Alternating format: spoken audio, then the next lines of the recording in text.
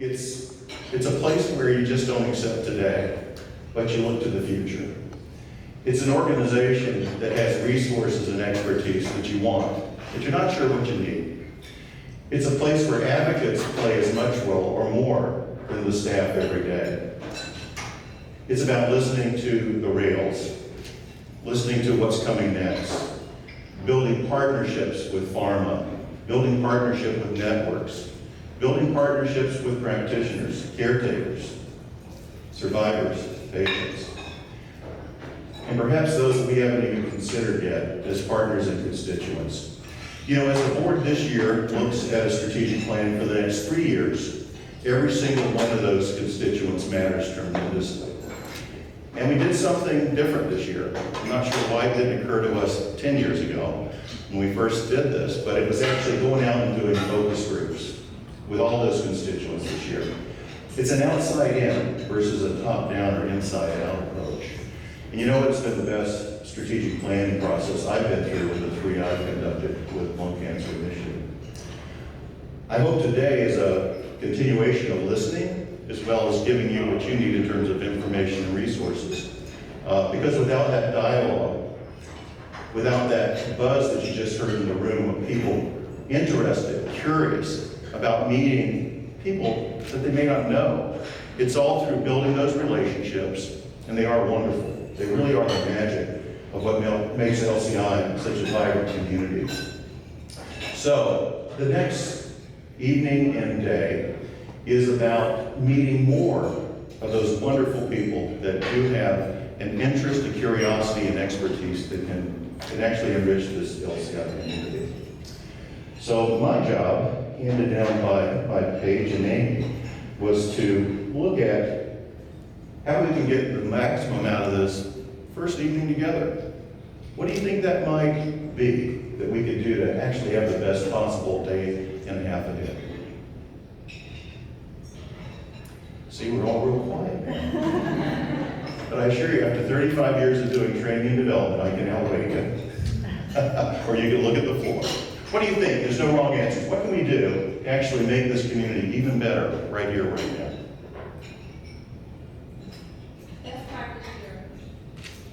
So get involved, get to know a few more people, practice being ambassadors and those skills that you use to to be invitational, to actually extend your networks. So I've got a few slides that I think might help us get there. It's called Warming Up the Room. What we're going to do are about 4 things. I'd like you to look around the room. Find somebody that you don't yet know. You know that feeling? There's somebody that you think, okay, they look interesting, but I haven't had a chance to meet them. Or maybe you're a wallflower, you just kind of hang back and wait for them to meet you. But we're going to break that pattern. We're going to actually ask you to look around, find that person that you haven't met yet. Could be a survivor, caregiver, researcher, clinicians, advocates like yourself. And take a look at the following question as you meet that stranger that becomes a friend in ambassadorship. Take 60 seconds. Why does lung cancer advocacy matter to you? Why does it matter to you? And this is more of a question for the heart versus the mind, but why does it matter to you? How does it personally draw you into volunteering, being involved, and being here tonight? Listen closely, because after you share yours, your partner's going to share theirs. And I might just call on you to introduce what was it from your partner that you'd like to share to the overall group, introducing them. Everybody got it? Let's everybody stand up. Find that person, 60 seconds each, and then we'll come back together. Thank you, Jim. So as Jim said, he is the vice chair of Lung Cancer Initiative's Board of Directors, and I just got to say how grateful I am that we have such wonderful leaders like Jim who are helping us carry out our mission. And I love the community building activity, and as Jim said, we are all here for our Advocacy Summit with the theme this year of Community of Hope. And you are all a part of the Community of Hope. And I just wanted to share one one example of a community of hope with you because I just experienced it. I came to the summit just now from the Lycan face-to-face meeting. And I was in Raleigh, where our office is, and Lycan is called the Lung Cancer Action Network. And it is comprised of lung cancer patient advocacy organizations from across the country. And our whole purpose the past few days was to talk about what we could do collectively to have a bigger impact in advocacy and supporting people impacted by lung cancer. And it just really touched me, and every time I go, it's just amazing to see what a collaborative community we have. And our keynote presenter, who just came in the room, and now I lost him. Where did Upal go? Oh, he's in the back of the room. Upal is going to be speaking with us tomorrow, and he's from Longevity Foundation, one of the many patient advocacy organizations that we partner with, again, in this amazing community of hope. Another important group that I want to take a moment to thank are our industry partners. Many of you are here this evening. I hope some of you had a chance to talk to those that had exhibits this evening. Just to introduce yourself. We'll have others that will be exhibiting tomorrow. But they make these things possible. You all are a part of our community of hope, and that's why I'm glad that you're participating and joining us for the Advocacy Summit, just like everybody else here in the room. So thank you for your support for making this summit possible. We could not do this without you. And Jim did a great job of illustrating, again, there's so many people coming from different places tonight, but also just across our network to support the lung cancer community. And we just have some stats here of folks that registered for the summit this week. And, we have providers joining us, we have survivors joining us, caregivers, volunteers, industry partners. Again, we need every single perspective this week as we talk about how to be more effective advocates. And that's really the goal. Be thinking about this tonight and tomorrow. Learn, hear updates. We're going to have several thought leaders that are going to be talking with us. We're going to have several sessions where you provide input and we talk about what we can do together. But the whole goal is for you to think about what is your story, what is your why, so that when you go back home after tomorrow's sessions, that you can become an even more effective advocate. And I will say, any of the LCI staff that are here this week, any of our ambassadors that are here, and in fact, let me ask our LCI staff to stand so you'll know who they are. We've got Jenny here, Alicia, Cheryl, Sandy. They are an amazing team that helped put this evening together. And then they're joined by our ambassadors. If you're an ambassador, can you also stand up? And these are a new group of volunteers that are our most active volunteers in the organization that are going to start helping us provide some regional support across North and South Carolina. So look at these individuals. If you're new to the organization and have any questions tonight or tomorrow, seek these folks out because we want to help, we want to get you more involved. That's our whole goal. And the last thing I want to say is share what you hear, because that is so important. That's an important part of advocacy. If you do nothing but just share some of the tidbits that you learn, or share any of the awareness posts that you see from LCI or any other organizations, you're helping to spread the word, you're helping to raise awareness. And that's very key, and that's an important part of advocacy.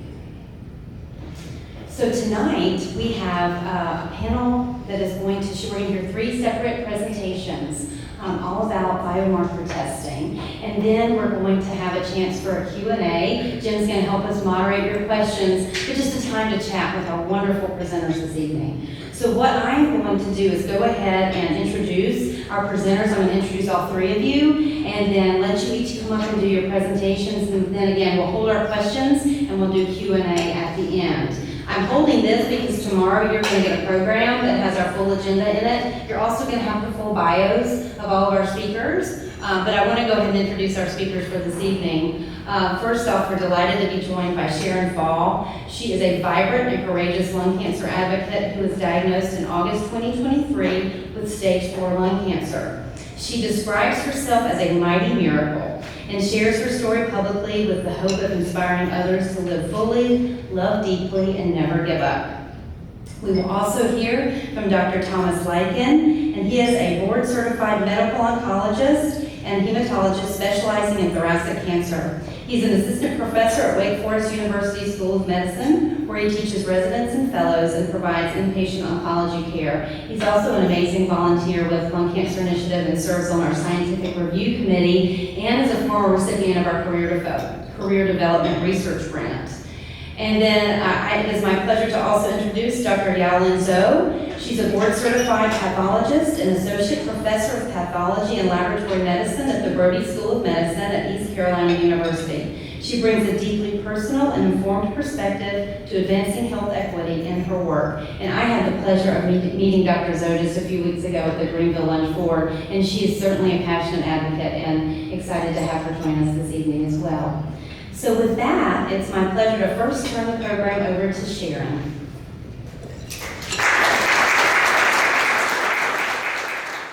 It is such a pleasure to be here tonight. I'm going to look for my slides.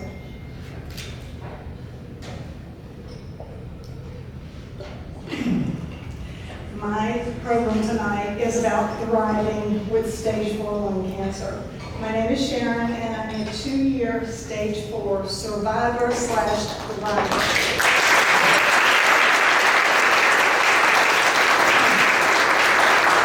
It is important for me not to just survive. I want to thrive. And to do that, I need to extract all the goodness life has to offer while I am alive. That's my definition of thriving. And this is my story. The wonderful Adishanti reminds us that even our lostness and confusion has its own dignity. It's the discomfort that is the greatest evolutionary force to our awakening. And this is about my awakening. We have to rewind the clock and go back to 2023. Excuse me, this is January. I was flying high, ziplining through the jungles of Costa Rica. And I had an annoying, lingering cough that I just couldn't seem to get rid of. I could soothe it with lozenges and warm lemon water, but I couldn't let it go. And so what I did was I learned to live with it, or so I thought. In February, we welcomed a new puppy. This is Jack. In March, I was in Asheville hiking with friends. In April, I was in Florida celebrating my 64th birthday. And in May, I was hiking in the high desert of Arizona, Sedona and Antelope Canyon. And I came home from that trip with a virus that knocked me out for 3 days. It really took me down. And it intensified that little annoying cough by like 1,000 times. So much so that I had to seek medical advice about the cough. So I scheduled the first available appointment in June, and she ordered an x-ray and labs to see if we could figure out the root of this of the virus that caused this cough to be so bad. Many of you will recognize the patient portal here that Atrium uses, and I just wanted to say thank you for this platform. It really is empowering to survivors to be able to have this information so quickly. And she writes, your x-ray is showing signs of an infection in the upper lobe of the left lung. I'm waiting the results of some of your labs to help determine if this is bacterial, fungal, etc. Once the final lab results come in, I will be in touch to let you know the course of treatment. We should get them by the end of the week.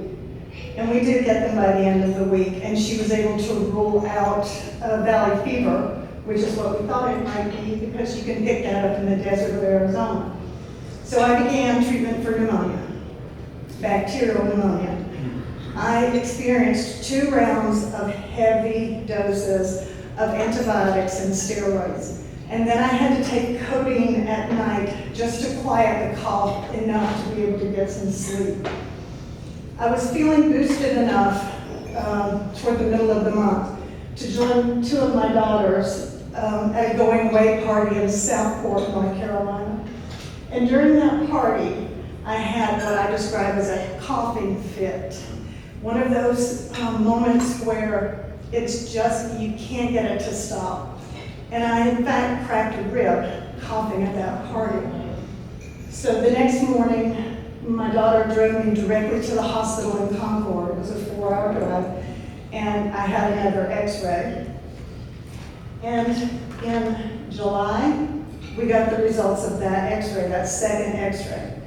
Continued consolidation or ossification in the left upper lobe. No improvement in nearly 3 weeks.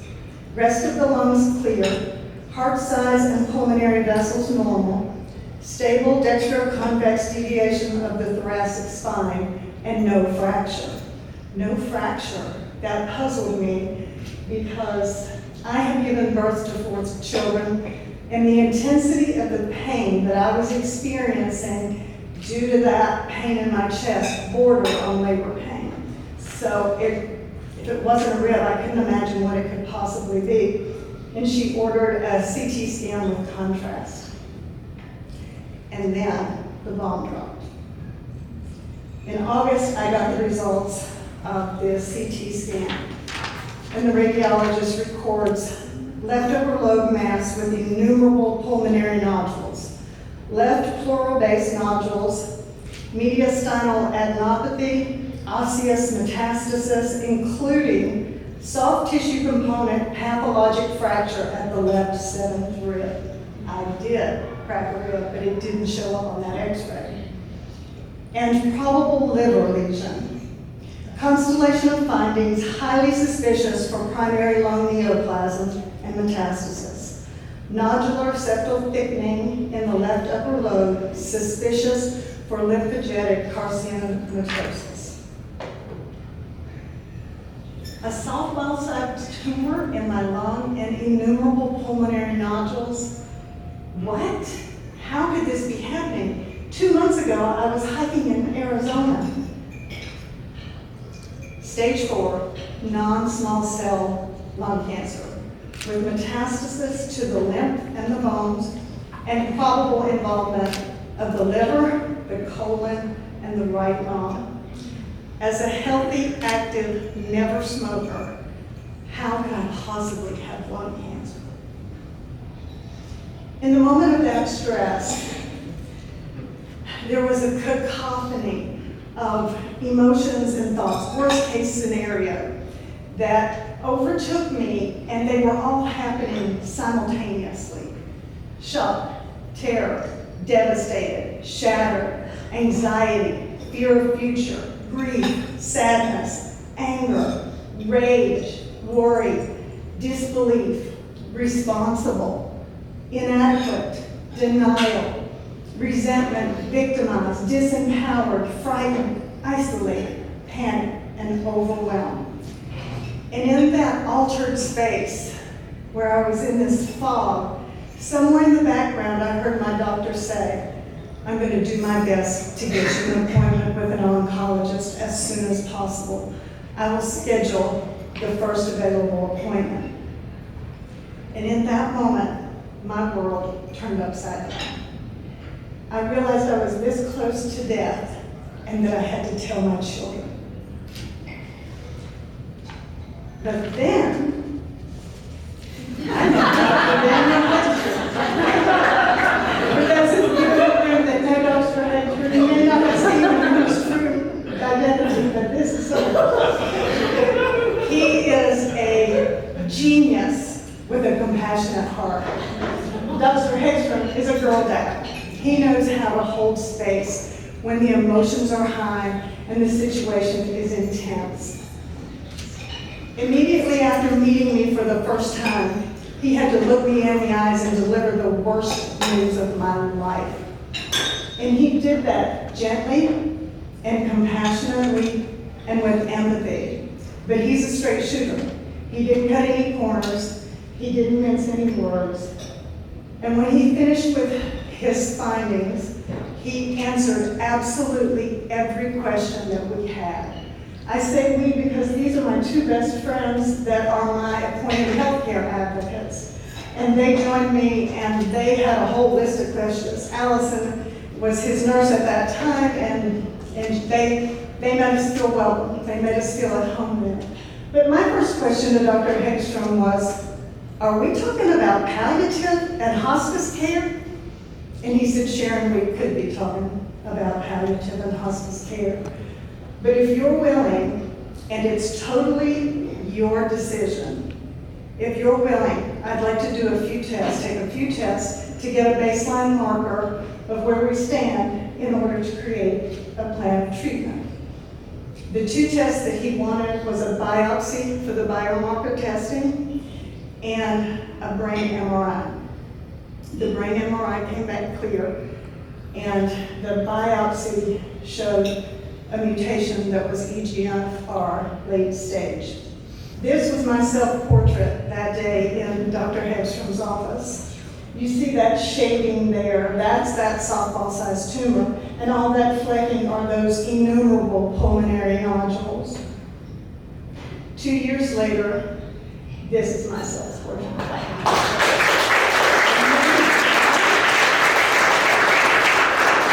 Not only did my lungs significantly improve in those 2 years, but so did Atrium's imaging. This is what regaining and maintaining quality of life looks like. And my level of gratitude is beyond measurement. Thriving in adversity, living, really living with stage 4 cancer. For me, it means 3 things. The first thing is that you've got to find excellent medical care. And the good news is that the state of North Carolina is peppered with superheroes. There are many white coats hiding the red capes. You got to pair that, in my opinion, you must pair that with your ability to address the mental torment and the emotional anguish that you're going to experience through this. To me, this step is just as important as the first one. They go hand in hand. And if you aren't able to deal with the mental torment and the emotional anguish, the environment that you create for yourself is going to be a toxic one. And it's going to be, your healing journey will be one that takes you 2 steps forward and 1 step back. Which brings me to my third pillar, which is get support. That's what LCI is all about. And it's such a deep space in my heart of gratitude for all of you in LCI. The individuals working at LCI are some of the highest, top quality people in the world, but none more bold and beautiful and brilliant than our patient advocate, Cheryl LaCroix. Cheryl, would you please stand?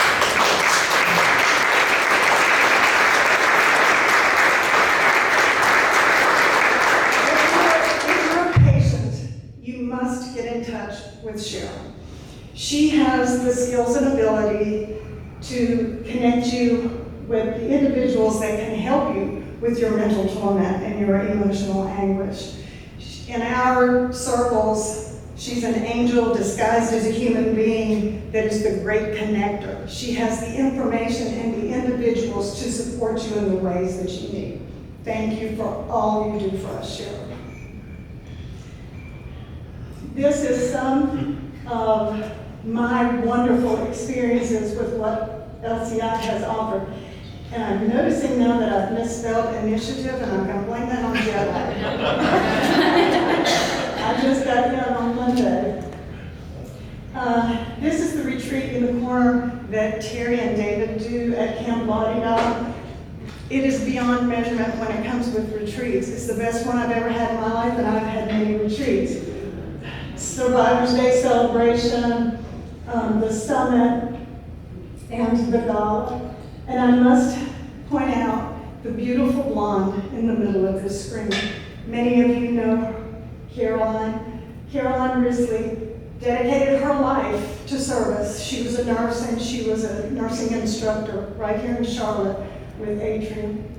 We said goodbye to Allison last month.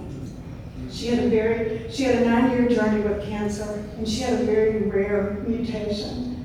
But she remains an inspiration to all of us who knew her and love her. I want to leave you with a philosophical question tonight. Does how you think and feel affect how you heal? I'm going to answer that for myself with a resounding 100% yes. When we're in the throes of the stress, we are instantaneously in that toxic pool. It's subconscious in nature, it's survival. We're overcome with all of these emotions and the thoughts that go with them.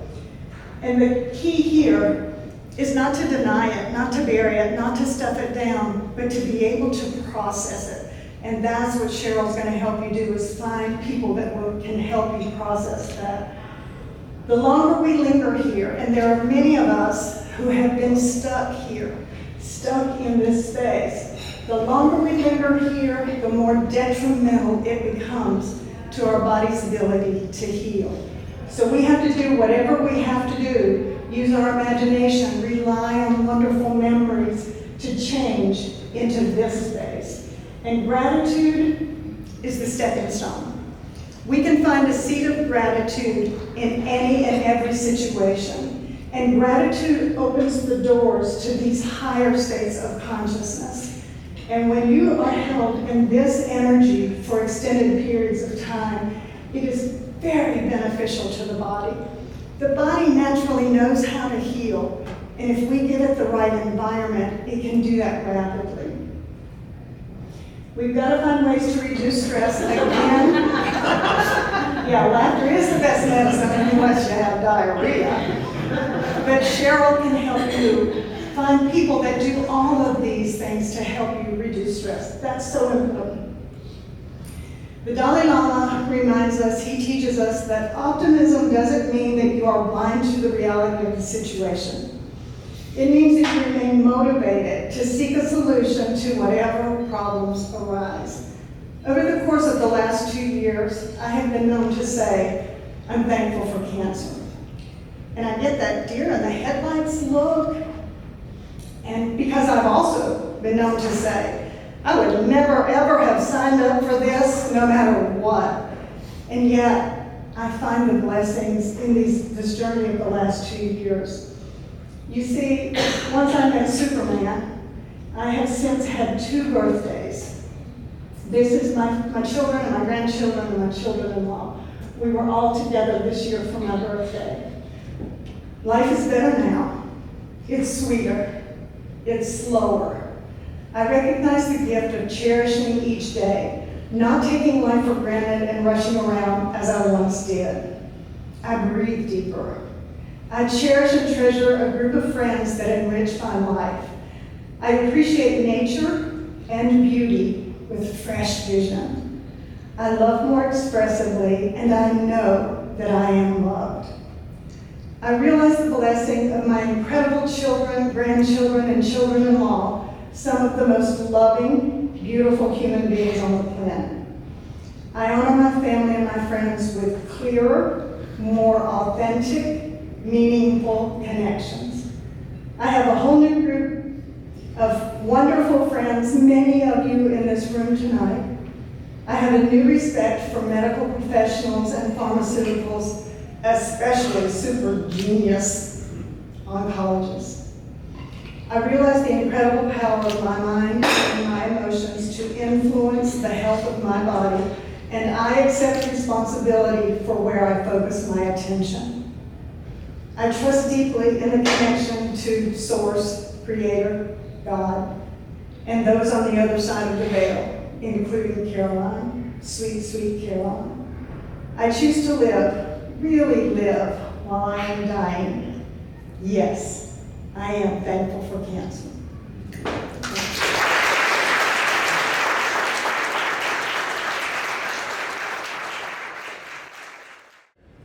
So I'm going to talk. It's going to be much more boring talk. We're going to talk about the biomarker testing and kind of the what happened kind of behind the scenes in terms of diagnosing what the subtype of the cancer is, biomarkers behind it, is kind of driving the treatments for it. So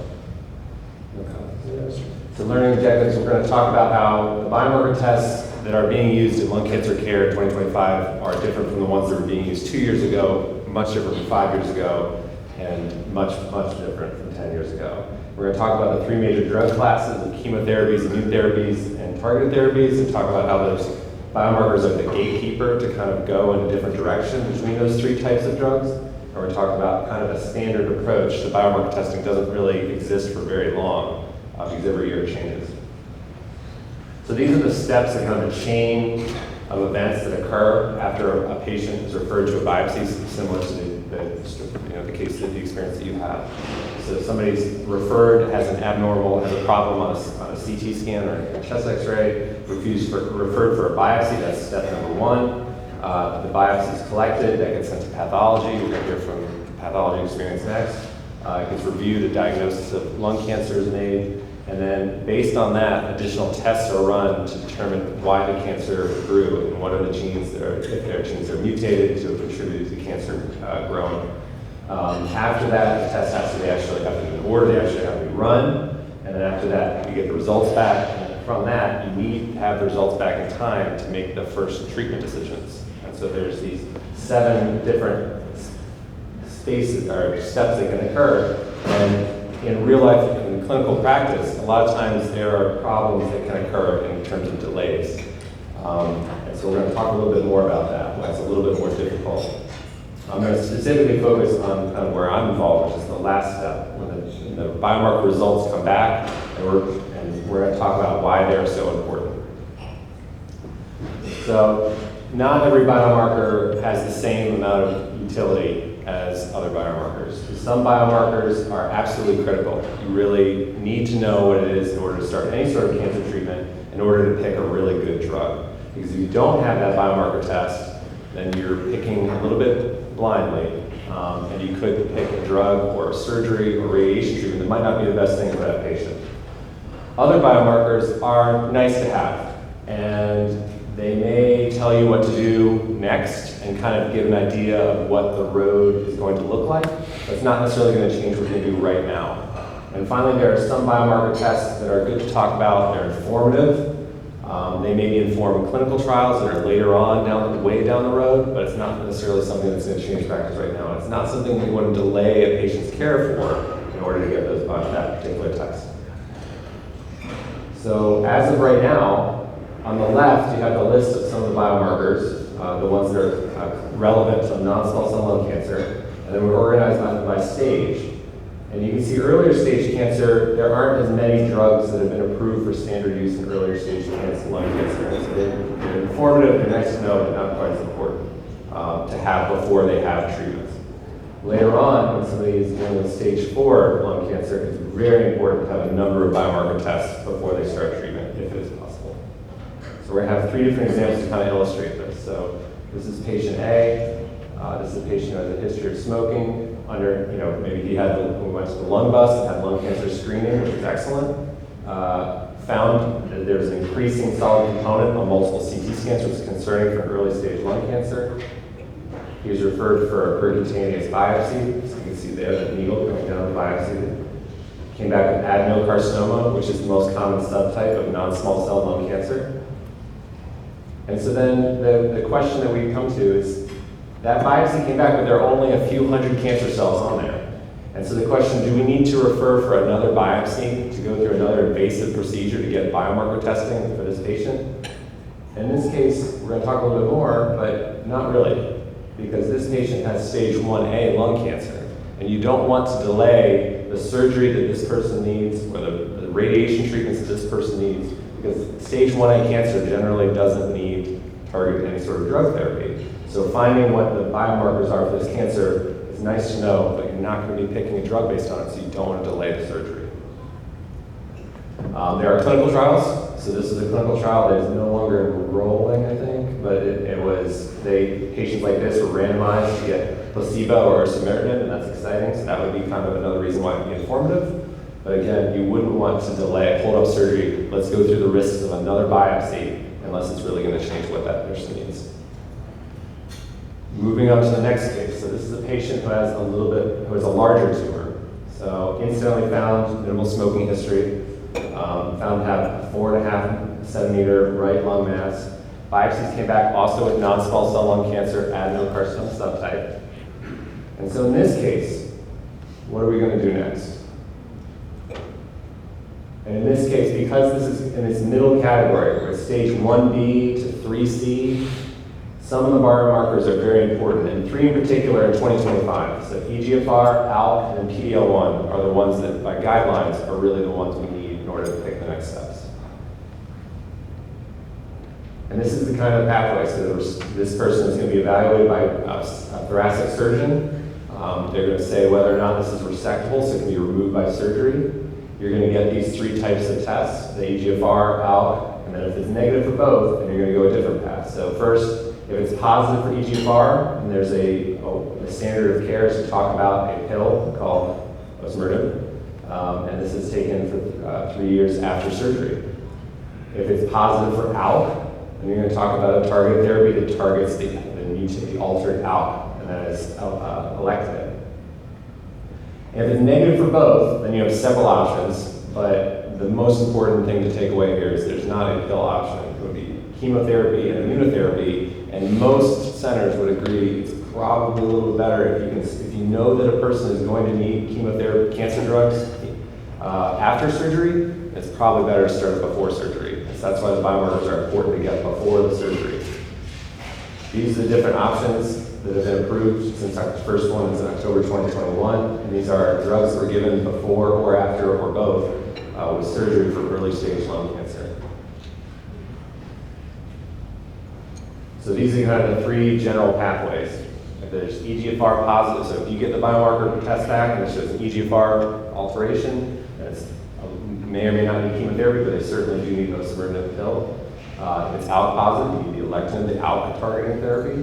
If it's negative for both, then you're really looking to start chemotherapy with immune therapy before surgery if possible, followed by after surgery. So this person, it's really important to get this selected biomarker test, these 3, and to have that quickly. In this particular patient, they had a KRAS G12C mutation, or amplification in this case. And now we put them on the 3rd pathway. All right, so now we're going to talk about the 3rd type of scenario. So this is a patient who has a new diagnosis of stage 4 non-small cell lung cancer. He came in with painful vertebral metastasis and had urgent radiation therapy to reduce the pain at that site. And so the next step, what's the next step here? We need to pick a drug in order to start them on first-line therapy. And in this case, because it's stage 4, there's a lot of drugs that have been approved for this patient. And so you really need a broad molecular profile to know which one of these mutations are, if any, are present as cancer, so you can pick a pill based on that so they can start treatment. New drug development is what makes lung cancer an area that's, obviously lung cancer is an area that's continues to have a great need for new drug therapies, but there is promise in the future, and there are new drugs that are coming out each year. This is why I think a lot of people I certainly have hope for the future. And there's mutations. This is a kind of a cross-section of the different mutations that are there and how often they're common. EGFR is the most common one in general.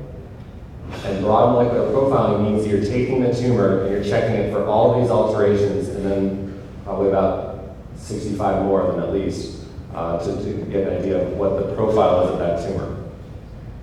So you definitely want to do that for this patient with advanced stage 4 disease, because there may be a drug option that can help them for a very, very long time.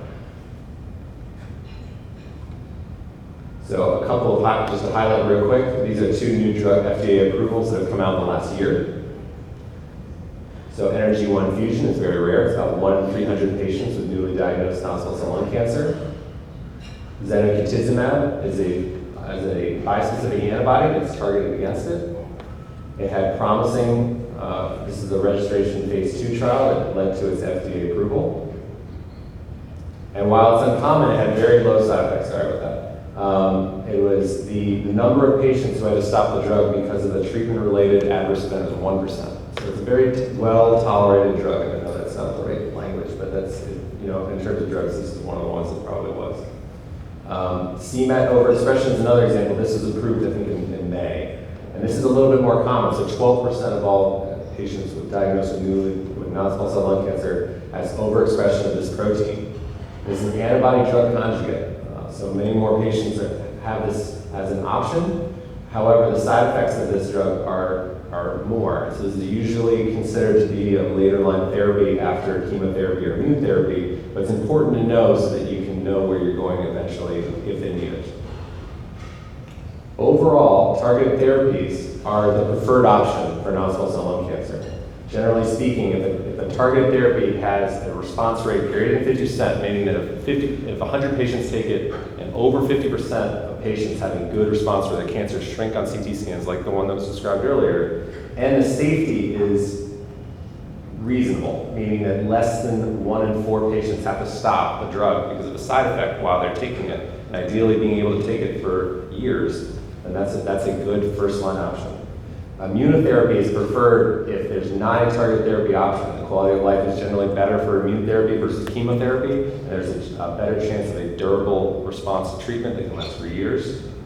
And then the combination of immunotherapy and chemotherapy is important if somebody is not feeling well and you need to get started quickly, and if that biomarker for immunotherapy is very low, like 0%. And then finally, chemotherapy is the kind of default option if immunotherapy is not an option because they can't take immunotherapy and the cancer can't receive a targeted therapy. Chemotherapies, there's a lot of different drug options and they have a wide variability in toxicity. And so a lot of them is going to be a very personal just conversation with the patient to figure out which one would align with what they want to go through. If they have a history of hearing problems, then you want to avoid a drug that causes ototoxicity and hearing problems. Targeted therapies, for any given mutation, there's relatively few drug options. And there's a wide variability in toxicity, but generally it's less than chemotherapy.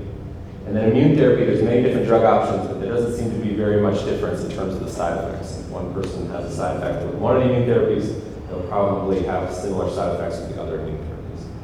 And so one of the challenges of cancer care is determining what would be the best drug to start with for that patient.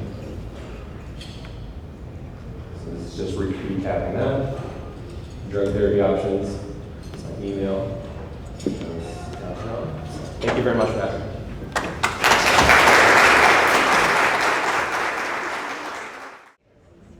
All right. Good evening, everybody. Can you guys hear me okay? All right. Thank you so much for the honor of coming here, and I'm just going to carry this around. How's that? I have a 7-year-old, so please excuse me if I'm a little bit silly. Of course, there's nothing more silly than talking about cancer, right? Not at all. I will try to do my best to both entertain and educate and not bore any of you guys. First of all, let's start with the definition. What is a cancer survivor? Raise your hand if you're a cancer survivor. Okay. Raise your hand if you know somebody who's a cancer survivor. Good, everybody. I mean, not good, but that means this is somewhat relevant, right? So the American Cancer Society defines a cancer survivor as somebody who either has been diagnosed with cancer, period. No matter where they are in their diagnosis, disease course, doesn't matter. We talk about survivorship as though it's this grandiose thing, it's amazing, it's beautiful, it's unicorns and rainbows. Again, I'm a 7-year-old, so unicorns and rainbows is in my life. But survivorship is so much more than that because it's just the tip of the iceberg what we usually think about. And I like this, what I found. It says, it's often portrayed as a triumphant experience, focusing on recovery and the visible signs of healing. Oh, you got your hair back, good for you. But beneath that surface, survivors can experience a variety of physical, emotional, and social challenges, which can be just as difficult as to manage as the treatment itself. So there's much more than just the tip of the iceberg. So you're going to probably wonder, who is this lady? Okay, fine, a little bit personal story. My life began on the other side of the globe. This was me with my mother when I was about 4.5 years old. And we were able to obtain visitor visas to come to the United States and visit my father, who was a graduate student at the time. So I got on this little airplane and we went to Texas, which is why that would explain a little bit of my oddities. Yes, I grew up in Texas. And one of the things I used to do when I was a kid was do experiments in my dad's lab. I didn't realize that at the time, but apparently the equipment is actually not technically child-proof. I didn't break anything though, I promise. After that, I had a very eventful childhood, which I won't go into, but I ended up going to Duke University as an undergrad, and I was actually determined to become a physician even then. But because of that, I decided I was not going to study pre-med majors. I was going to study public policy and human development. Because having experienced some things that had happened in my own personal family, even at that age, I understood that healthcare and medicine is not just about the medical science. There is this whole context under which we have to practice medicine and how healthcare is delivered. And also, human beings are not just their biological, physical pieces, but also all the psycho, social, emotional, mental. So I wanted to make sure that, hey, if I'm going to spend the rest of my life doing medicine, I might as well learn all this other stuff now. When I was a senior, and I'd already been accepted to medical school, I started having these weird symptoms. And it ended up me landing up in the emergency department, where the ED doctor was basically like, why are you just coming here? Like, just, what are you doing? Anyway, that guy had to diagnose me with cancer. And it was like he looked at me the first time as though I was actually a person. And he was like, yeah, it's pretty bad. I think you can do surgery tomorrow. It's kind of emergency. And he was like, is there anything that you need? And I looked at him, I'm 21 years old. And I was like, would it be possible for me to borrow a phone so I could call my parents? I think he might have learned something that day. So I was supposedly not going to ever finish college, but I did because I didn't. My parents had paid when I was on a scholarship. And I was also told that I was going to start medical school on time. I said, yeah, I am, because I'm just stubborn. So I went to medical school. I went to Mayo Clinic, and the reason I went there, and I chose it over a very prestigious medical school that I was also accepted to that starts with an H in Boston. The reason I chose Mayo Clinic over Harvard, oh, I can say that out loud, was because Mayo Clinic had better health insurance. And I knew even then that my tumor was not completely removed because it wouldn't have been possible. And I was basically like a ticking time bomb. I had some struggles with that mentally at the time, because I didn't want to become a financial burden to my parents. Because medical school, even with a scholarship, it was not cheap. It just isn't. So, and sure enough, it happened. It recurred. The timing was fabulous. No, it wasn't. It was terrible. And I had to do a few things like pass my final exams and take a really big license exam so I could become a physician one day if I could survive this thing. And I did those things, and then I went somewhere else to get my radiation treatment. I went to Mass General. I was fortunate enough that my physicians at Mayo Clinic cared enough about me to say, we can't treat you here, we're going to send you to the medical school that you turned down. Life is ironic sometimes. But I wouldn't have been able to afford to get the proton therapy at Harvard if I actually went there as a student. So thank you, Mayo Clinic. I couldn't finish medical school that year because of the disruption, but I got to do a little bit of self-care, which I'm still terrible at. I finally learned how to swim more than just the breaststroke, and I realized there were more than one strokes. And I also tried to go back and play some piano because it turns out that it requires a lot of coordination and it's really good for cognitive recovery. And supposedly I began to learn to listen from both ends and stuff is good. I had to figure out what to do when I finished medical school, and I didn't know what to do, and somebody said, well, you should go to pathology. So I was like, okay, well, I don't know what that is, but what is it? Okay, well, pathology comes from the Greek pathos, which means suffering. And logia is the study of. And I think for all of you survivors, and those of you who know survivors, we have studied suffering.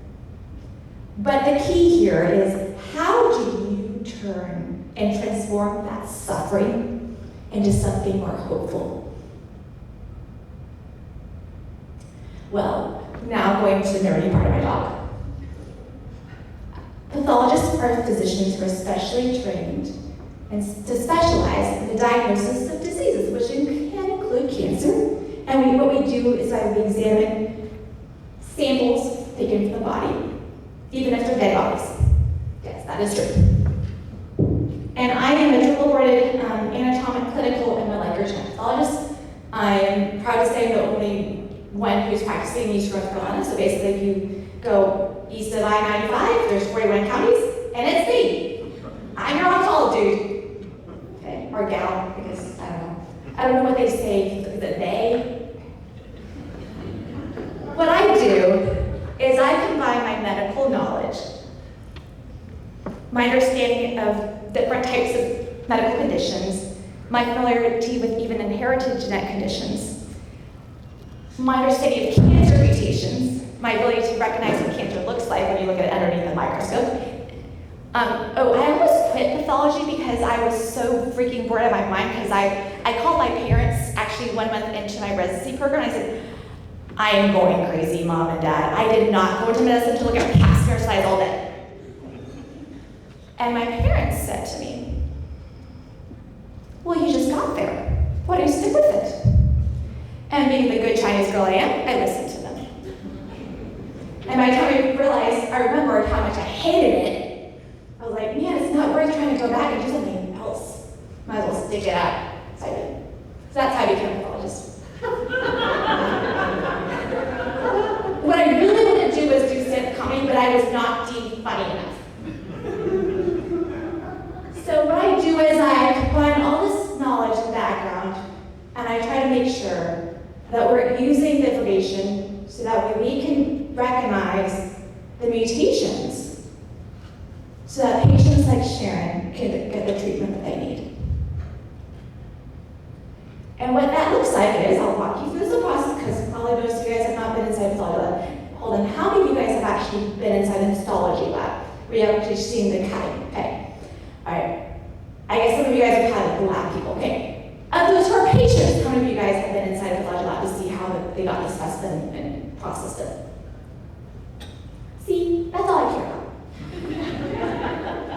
So I'll walk you guys through that, and then it'll be kind of interesting fun, maybe. Okay. So the flavors of samples that I mostly deal with are going to be either solid tissue or they're going to be liquid cytology. Okay. So solid tissue. Let's say Sharon went and got her biopsy done, and it's a little piece of tissue. Okay.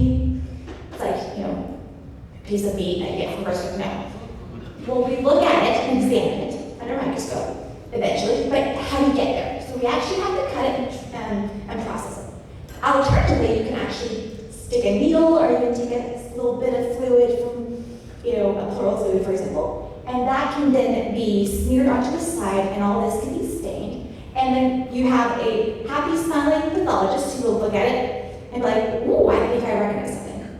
And then because we know what the tumor cells look like, we can actually literally take those tumor cells, scrape them off, and then test them for the mutations. But before all that, we generate this pathology report. Is going to be written in a lot of jargon that even oncologists can't always understand. So don't feel that. Okay, so walking through that a little bit more. Okay, visually. Okay, I'm trying to not bore you guys. Okay, so you've got this little scalpel to cut what you want. It's kind of like a kitchen counter. It's kind of weird.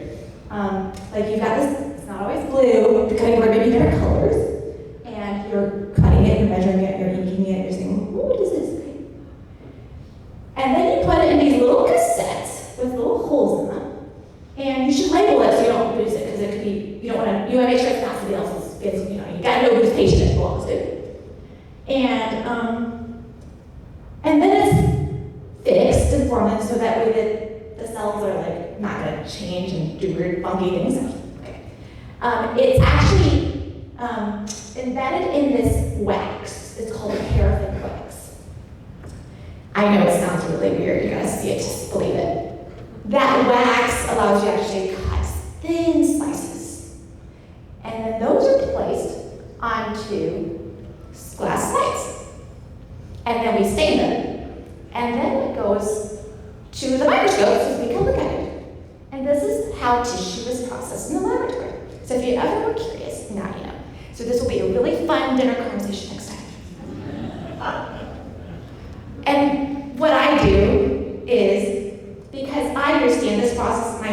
cancer cells look like under a microscope and also understand about molecular testing, mutations, I look at the cells and I say, hey, this patient sample is going to be enough, not enough, just what we're going to do, what we recommend, and how we should approach this. I do this strategization.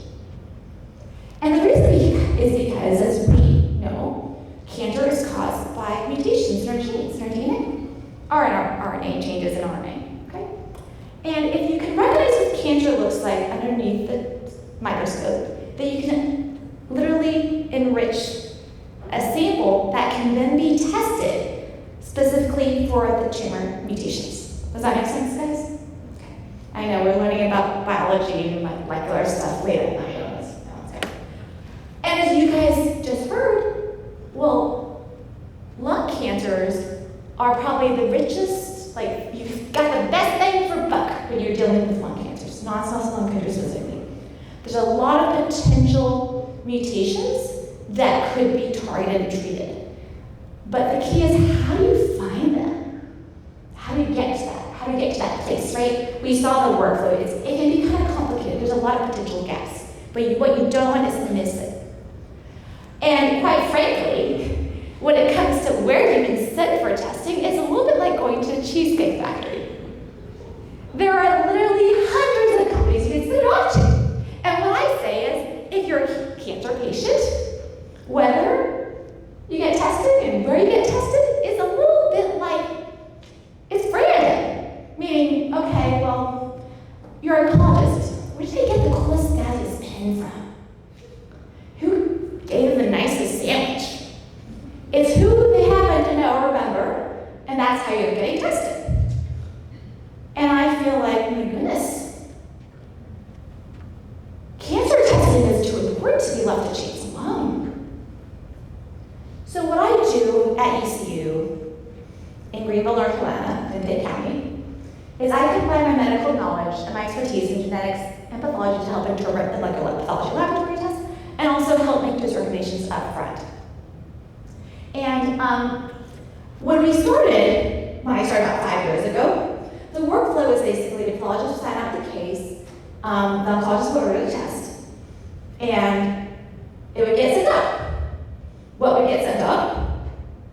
Well, it may or may not even be cancer. It may or may not even be the right cancer. It may not even be assessed that has enough cancer. And results would come back and, good grief, nobody would know what the results are.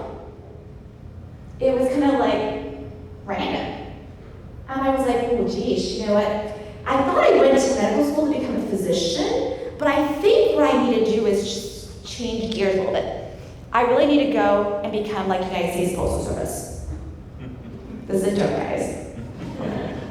Sorry, that one didn't work so well. Okay, I'm a very well-compensated secretary. How's that? What I do is review all the paperwork up front. I review all the slides up front. I say, okay, what's going on with this patient clinically? What tests do they need? Is this the best test? Is there a different strategy that we could take? So like, for example, yesterday, I was at work. Yeah, of course, because we're all working, right? I was at work, and I'm trying to get my work done so I can go home and pick up my daughter so she's not like, Mommy forgot about me again. Never happens, I just been always running late. And I've got these cases, I'm like, oh my goodness, do I do something or not? Because there were two cases. One was a case where, there were actually several available specimens, but none of them had very much tissue. And I was like, I don't think it's gonna be enough for the way that they had ordered. But if they send it to another company, it could potentially work out. So I figured out, how do I find who's the person who ordered this, how to reach out to them, I'm trying to see is there any other specimen available. This happened, like literally the next case was the same. It was a very tiny specimen, a little bit of tumor, and they had sent it to a company. They were wanting to send it to a company where I was like, I don't know about that. So now I have to reach out to them too. So I'm like trying to coordinate this with multiple folks, right? And now I have to reach out to companies to let them know as well. So there's like so much different pieces of this. This is where I talk about being a very well-compensated, overqualified secretary. So when I came in, I began to review all of the cases. And then the results came back, I reviewed all the results. Because what I did not want was somebody to not get what they thought they needed to treat the patient. Because it turns out the physician that's listed on the paperwork could be the interventional radiologist. be the oncologist who happened to be on call at the hospital that night. It may be someone who has no relationship to the patient at all anymore. And I want to make sure that the person who's treating the patient now is the one who gets the results and they know what to do with them. I don't want to risk somebody not understanding important results. Are acting on something that's really not important, because these reports can range from anywhere from 2 or 3 pages to hundreds of pages. So just a quick example, we had a wonderful oncologist nearing retirement age, lung cancer patient, male, and he was concerned the patient had a BRCA mutation. When I look at a report, it's a BRCA variant with uncertain significance. What we do not need to give a patient who's already got this active cancer diagnosis is a new thing to worry about that should be worried about. So then I reached out and said, don't worry about that, please don't. You don't need to worry about that, that one's okay. But then what if there is an actual BRCA mutation that could potentially be inherited? I do want them to be aware of it. Even if it's not for that patient, that means for the patient's family. And what I'll do in those situations is I'll go into clinical trials and say, okay, does this person have any brothers or sisters or children? I'm trying to look this up so I can then alert them, okay? So sometimes I'd rather spend a lot of time doing this. And guess what? I'm not paying anything for it. I'm just doing it because I think it's important. But then I got a little bit of funding from an industry, a company called Lilly Pharmaceuticals. I applied for a quality improvement grant, and it allowed me to get some additional support, and I was able to actually create an actual order book. So anybody can order this, and you get Dr. Zhou's personal, comprehensive, very nerdy summary of the results and what it means. And it can be ordered at any time to say, hey, I gotta figure out how to figure out what's going on in the patient. What's the best strategy? Our results come back, what does this mean? And what I like to do is kind of like, it's sort of like playing Dr. House, you know, the TV show? So like, okay, sometimes it's like patients got multiple things. Now how do we connect the dots? So I have to be a little bit creative at times. It's kind of fun.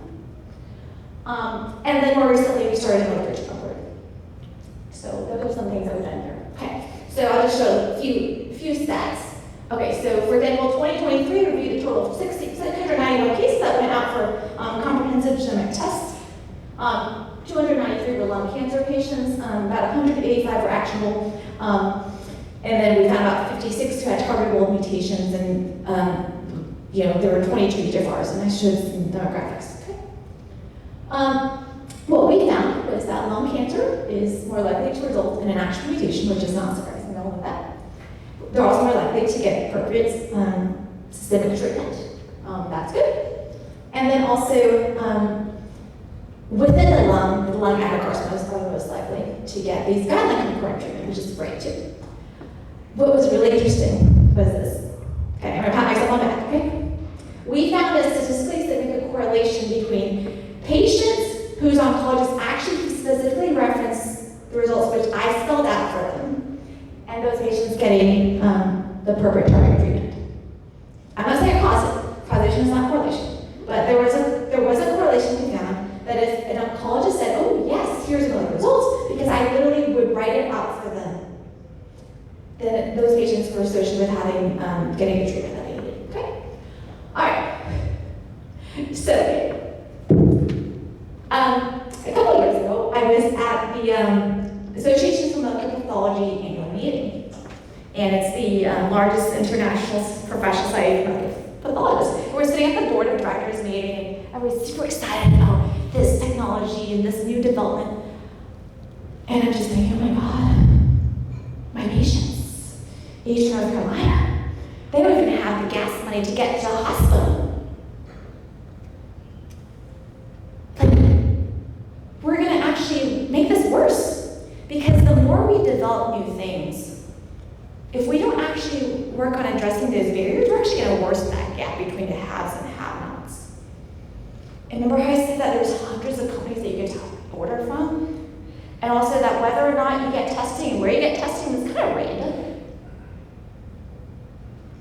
Okay, quick question. How many of you guys like to shop? Nobody, right? How many of you guys ever shop at Amazon? Okay, most people probably. I mean, you probably have heard of it, right? So it's if you want to buy books, you don't go to Barnes & Nobles anymore. If you want to buy shoes, you don't go to Foot Locker or Toys R Us. Are they even still in business? You go to Amazon, right? When you go to Amazon, what do you have available to you? You know what you're getting, right?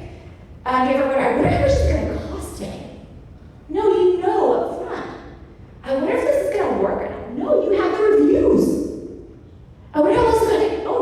tells you when you're going to get delivered. Our patients don't get that. It's not clear. You literally have to go to each individual website to figure that stuff out, and it's not even transparent. You have to search each website really carefully. What if we could create something like that? And what if we could create something where you could talk to somebody and be like, well, what do I need to do? What's the best approach? I think now there is an actual GPT-5 now. I mean, we all use it now. But at the time when I created this, it was not a GPT-5. So I was like, we're going to make this a new public GPT-5. And what if it was something that you could have on your phone or your laptop? And then what if you coupled it with something that's kind of like an Amazon? Could we do that? Of course we could. It's all possible. Do we have it in us to do it? Here's what I envision, okay? You always keep the patient first, patient-centered care. You only perform medically indicated tests. To streamline processes, you have digitally scanned pathology slides. These are then going to be interpreted by digital pathology AI. Say, hey, here's what we recommend based on our patient's insurance status, their geography, the available companies. Here's the test that would be most likely to be effective. Get that done, and the results flow back through the electronic health record, and then you've got the opportunity to get recommendations directly. And then streamline that process to enroll the patients in clinical trials or get the drugs they need. Okay.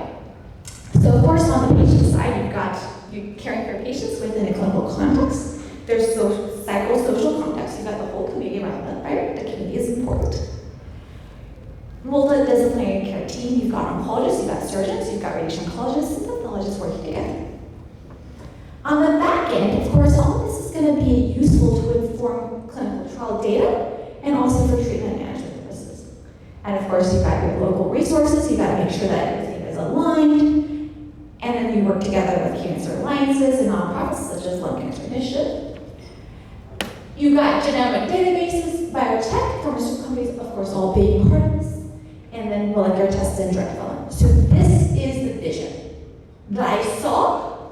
And once I saw it, I couldn't really unsee it, which is why I'm sharing it. So pathology, again, is a study of suffering. But how do we transform that into hope?